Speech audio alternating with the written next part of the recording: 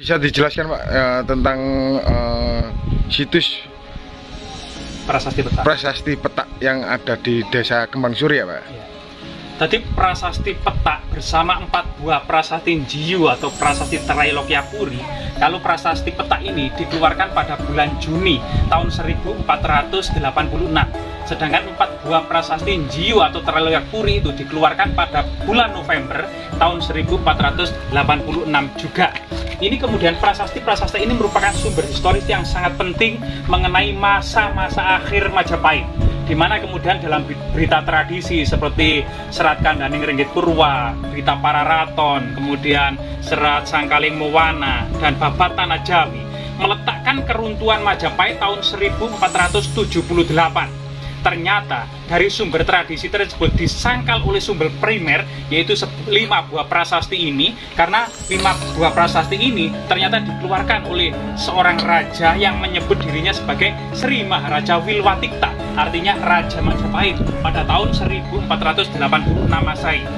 Dalam prasasti petak ini kemudian memuat informasi bahwasanya prasasti petak ini memuat informasi bahwasanya tanah petak ini dianugerahkan oleh Sri Maharaja Girindrawardhana Dhyarana Wijaya yang sebelumnya tanah petak ini dianugerahkan oleh 2 raja sebelumnya, yaitu Dia Suraprabawa dan Dia Wijaya Kusuma. Dalam prasasti petak ini sudah dijelaskan bahwasanya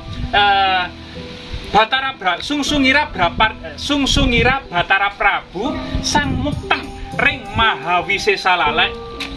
Mahawisesalaya Muang Sang Mukteng Ring Mahalaya Bawanyena. Sehingga kemudian 2 raja ini yang kemudian mangkat dan didarmakan di Mahawisesalaya dan Muang Sang Mukteng Ring Mahalaya Bawana ini kemudian diperjelas oleh prasasti Njiu. Di sana 2 raja tersebut adalah ayah dari Girindrawardhana Dhyarana Wijaya, yaitu Dia Suraprabawa atau Batara Ringdahana Pura. Artinya, Dia Suraprabawa memerintah Majapahit ini ternyata berkedudukan di Dahanapura atau negeri Daha yang ada di Kediri. Itu kemudian, dan yang kedua adalah saudara dari Girindrawardhana Dhyarana Wijaya, kemungkinan kakaknya, yaitu Dia Wijaya Kusuma. Nah, ini memuat informasi yang sangat penting. Selain peristiwa sejarah tersebut, di sini juga ada kalimat Duk ayun-ayunan Yudah lawaning Majapahit, yaitu ketika sedang berperang gitu ya, naik dan surut atau kemudian berlarut-larut melawan Majapahit.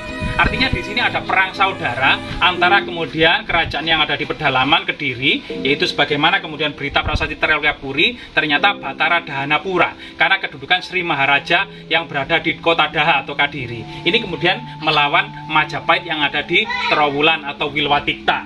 Ini kemudian tanah petak ini dianugerahkan kepada seorang Brahmana utama atau sang Purohita yang bernama Sri Brahmaraja Ganggadhara yang telah membantu raja menduduki tahta Majapahit. Ini sebuah peristiwa yang sangat penting sekali pada masa-masa akhir Majapahit. Ada peristiwa-peristiwa yang tidak ada di dalam sumber tradisi, sumber Babat maupun Serat Kanda. Ternyata dalam sumber prasasti ini menjadi tantangan terbesar tentang sumber-sumber tradisi yang ada. Masa akhir Majapahit akan tetap menjadi misteri sebelum ditemukannya sumber historis yang baru. Masa ini juga menimbulkan perdebatan dari para ahli, sehingga sampai saat ini ada beberapa versi mengenai tahun keruntuhan Majapahit. Yang pertama adalah Profesor Hasan Jafar, kemudian mengidentifikasi runtuhnya Majapahit adalah tahun 1519. Itu terjadi perang antara Sri Maharaja Girindrawardhana Dhyarana Wijaya dengan Adipati Unus. Kemudian Profesor Muhammad Yamin meletakkan tahun 1527, yaitu di situ berita tradisi mengatakan keruntuhan Kediri, serta kemudian berita-berita Portugis itu juga mengatakan bahwasanya tahun 1427 ada penyerangan besar-besaran ke Kediri, sehingga kemudian runtuhnya Kediri ini sebagai runtuhnya Majapahit. Kemudian ada beberapa sejarawan Belanda juga kemudian mengidentifikasi runtuhnya Majapahit tahun 1543, yaitu kemudian setelah runtuhnya Gunung Penanggungan sebagai benteng pertahanan terakhir Majapahit tahun 1543, serta ditemukannya prasasti Pabanolan di Gubuk Kelakah, Tumpang Malang, yang kemudian menulis tentang cerita Panji, yang kemudian di dalamnya itu ada angka tahun telah sinurat ring Sang Hyang Pajaran ring Wilwatikta, yaitu masih menyebut Majapahit tahun 1541 Masehi. Sehingga kemudian pada pertengahan abad ke-16 ini sebagian sejarawan Belanda masih kemudian mengaitkan Majapahit itu masih eksis. Sedangkan seperti J.J. Ras, itu kemudian mengutip sumber tradisi bahwasanya memang keruntuhan Majapahit sebagaimana berita para raton Sunyanora Yuganing Wong atau 1400 Saka maupun Sirno Ilang Kertaning Bumi sebagaimana sumber babat dan berita tradisi lainnya, yang kemudian Sirno Ilang Kertaning Bumi ini tahun 1400 Saka atau 1478 Masehi. Ini dianggap sebagai tahun keruntuhan Majapahit. Kemudian bukti-bukti arkeologis yang ada di Trowulan maupun angka tahun yang ada di nisan-nisan Troloyo memang berakhir tahun 1400 Saka. Memang ada balok-balok batu candi yang kemudian ada angka tahunnya 1400 Saka. Kemudian setelah itu tidak ditemukan lagi kemudian angka-angka tahun, kecuali setelah itu banyak angka-angka tahun yang ada di lereng Gunung Penanggungan ini. Baik kemudian prasasti Petak maupun prasasti Njiu tahun 1486 Masehi maupun berbagai macam angka tahun yang ada di Gunung Penanggungan. Ada yang tahun 1511 sampai kemudian ada 1508, 1509. Setelah prasasti Petak ini masih terjadi pembangunan secara besar-besaran bangunan suci atau percandian yang ada di Gunung Penanggungan.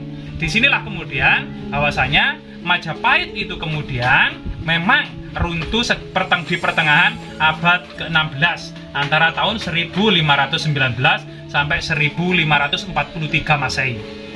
Jika kemudian Profesor Slamet Mulyana mengutip dari dokumen Klenteng Sampokong yang dikutip oleh Tuan Kurau atau Mangaraja Parlindungan, ini kemudian memiliki alur cerita yang sama dengan sumber tradisi, baik itu Serat Kanda maupun sumber babat. Sehingga kemudian tradisi dokumen Klenteng Sampokong ini masih kemudian berhubungan dengan berita tradisi, sehingga status dan tingkatan kesejarahannya ini disamakan dengan sumber tradisi, yaitu bahwasanya di dalam berita Klenteng Sampokong ini memang terjadi penyerangan antara kemudian Raden Pata yaitu Jinbun, Panembahan Jinbun dengan Kungtabumi atau kemudian Brawijaya Kertabumi. Nah, di sini kemudian juga kemudian dari sumber Cirebon itu ternyata Brawijaya 5 yang ada di sumber-sumber tradisi ini kemudian ditambah lebih lengkap memuat informasi bahwasanya Brawijaya 5 adalah Brawijaya Kertabumi, yang tidak lain dan tidak bukan adalah ayah dari Raden Patah, sang Panembahan Jimbun, sang pendiri Kasultanan Demak Bintoro. Sebenarnya memang dalam sumber tradisi serta sumber-sumber Portugis ini kemudian belum bisa melengkapi secara sahih dan mutawatir, secara autentik dan kredibel masa-masa akhir Majapahit ini sebelum ditemukan sebelum ditemukan sumber historis baru. Mengenai kemudian berita Patewahan di dalam sumber tradisi, tentunya ini merujuk pada Patetahan. Nah, di sumber prasasti Petak inilah kemudian Sri Maharaja Girindrawardhana Dhyarana Wijaya ini bersamaan dengan Patetahan.